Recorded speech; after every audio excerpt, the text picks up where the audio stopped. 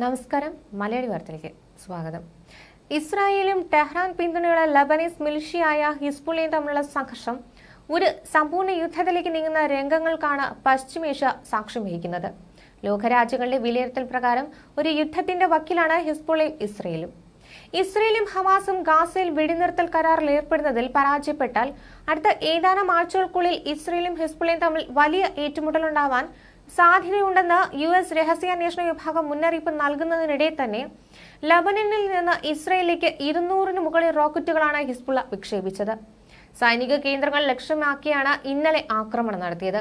ഹിസ്ബുള്ളയുടെ senior commander Muhammad നിമാഹ് Nasar കൊല്ലപ്പെട്ടിരുന്നു. ഇതിന് മറുപടിയായിട്ടായിരുന്നു ആക്രമണം. 9 മാസത്തിനിടെ കൊല്ലപ്പെടുന്ന ഹിസ്ബുള്ളയുടെ മൂന്നാമത്തെ ഉന്നത ഉദ്യോഗസ്ഥനാണ് നാസർ. അധിനിവേശ സിറിയൻ ഗോലാൽ കുന്നുകൾ, അൽ ജലീലി മേഖല, സഫത്ത്, നഹാരിയ തുടങ്ങിയ പുതിയ കേന്ദ്രങ്ങളെ ഹിസ്ബുള്ള വ്യാഴാഴ്ച ആക്രമിച്ചു.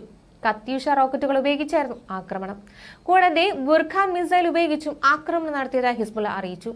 ഒക്ടോബർ 7-ന് ശേഷം ഹിസ്ബുള്ള നടത്തുന്ന ഏറ്റവും വലിയ ആക്രമണമാണിത്. പുതിയ മേഖലയിൽ ഇനിയും ആക്രമണം നടത്തുമെന്നും ഹിസ്ബുള്ള ഉദ്യോഗസ്ഥനായ ഹാഷിം സഫിയുദ്ദീൻ വ്യക്തമാക്കി. പ്രതികരണങ്ങളുടെ പരമ്പര തുടർന്നുകൊണ്ടേയിരിക്കും. ശത്രുക്കൾക്ക് സങ്കല്പിക്കാനാകാത്ത സ്ഥലങ്ങളിലേക്ക് ആക്രമണ പരമ്പര തുടരുന്നതായിരിക്കും, നാസറിന്റെ അനുശോചനത്തിൽ സഫിയുദ്ദീൻ പറയുന്നു. ലബനൻ ഇസ്രയേൽ അതിർത്തികളിൽ ആഴ്ചകളായി നിലനിൽക്കുന്ന സംഘർഷങ്ങളിലെ ഏറ്റവും വലിയ ആക്രമണമാണ് ഇന്നലെ നടന്നത്. ലബനനിൽ നിന്നും വ്യോമാക്രമണം ഉണ്ടായതായി ഇസ്രയേൽ സൈന്യവും വ്യക്തമാക്കി. ഹിസ്ബുള്ളയുടെ ആക്രമണത്തിന് ശേഷം തെക്കൻ ലബനനിലെ നിരവധി നഗരങ്ങളിൽ ഇസ്രയേൽ ആക്രമണം നടത്തി. തെക്കൻ അതിർത്തി പട്ടണങ്ങളായ റാമിയെയും ഹൗലയെയും ഹിസ്ബുള്ളയുടെ സൈനിക വിഭാഗത്തെ ആക്രമിച്ചതായും ഇസ്രയേൽ സൈന്യം അറിയിച്ചു. ഹൗലയിൽ ഹിസ്ബുള്ള നടത്തിയ ആക്രമണത്തിൽ ഒരാൾ കൊല്ലപ്പെട്ടിട്ടുണ്ടെന്ന് ലബനനിലെ ദേശീയ വാർത്താ ഏജൻസി റിപ്പോർട്ട് ചെയ്യുന്നു. കഴിഞ്ഞ ദിവസമാണ് ഇസ്രയേൽ ഹിസ്ബുള്ള നേതാവിനെ വധിച്ചത്. കൊലപാതകത്തിന് തൊട്ടു പിന്നാലെ ഹിസ്ബുള്ള അധിനിവേശ സിറിയൻ ഗോലാൻ ഹൈറ്റ്സിലേക്ക് കത്യൂഷ റോക്കറ്റുകളും ഫലാക് റോക്കറ്റുകളും വിക്ഷേപിക്കുകയായിരുന്നു. ഹിസ്ബുള്ളയുടെ ആക്രമണത്തെ തുടർന്ന് ഗലീലിലും അധിനിവേശ ഗോലാൻ ഹൈറ്റ്സിലും 10ഓളം സ്ഥലങ്ങളിൽ തീപിടുത്തമുണ്ടായെന്നാണ് ഇസ്രയേൽ മാധ്യമങ്ങൾ റിപ്പോർട്ട് ചെയ്തത്.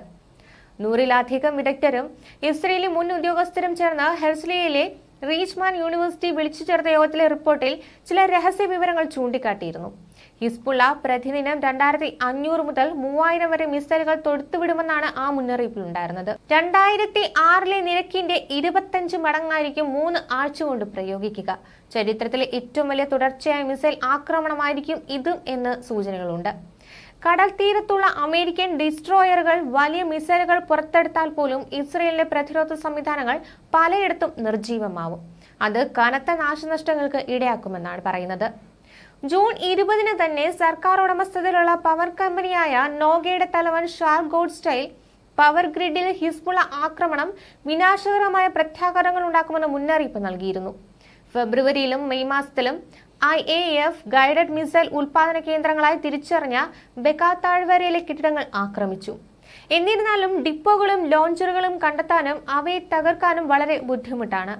ജനുവരി മുതൽ ഹിസ്ബുള്ള തങ്ങളുടെ ഏറ്റവും പ്രധാനപ്പെട്ട ആയുധങ്ങളിൽ പലതും തെക്ക് നിന്ന് ബെക്ക താഴ്വരയിലേക്കും പർവ്വത പ്രദേശങ്ങളായ ഫറായിലേക്കും നീക്കിയതായി മറ്റൊരു പാശ്ചാത്യ രഹസ്യാന്വേഷണ ഉറവിടം പറയുന്നു. ഇത് ലക്ഷ്യമിടുന്നത് കൂടുതൽ കഠിനമാക്കുന്നു.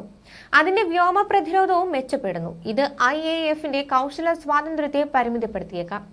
ഒക്ടോബർ 7 മുതൽ ഗ്രൂപ്പ് 7 വലിയ ഇസ്രയേലി ഡ്രോണുകളാണ് വെടിവെച്ചിട്ടുള്ളത്.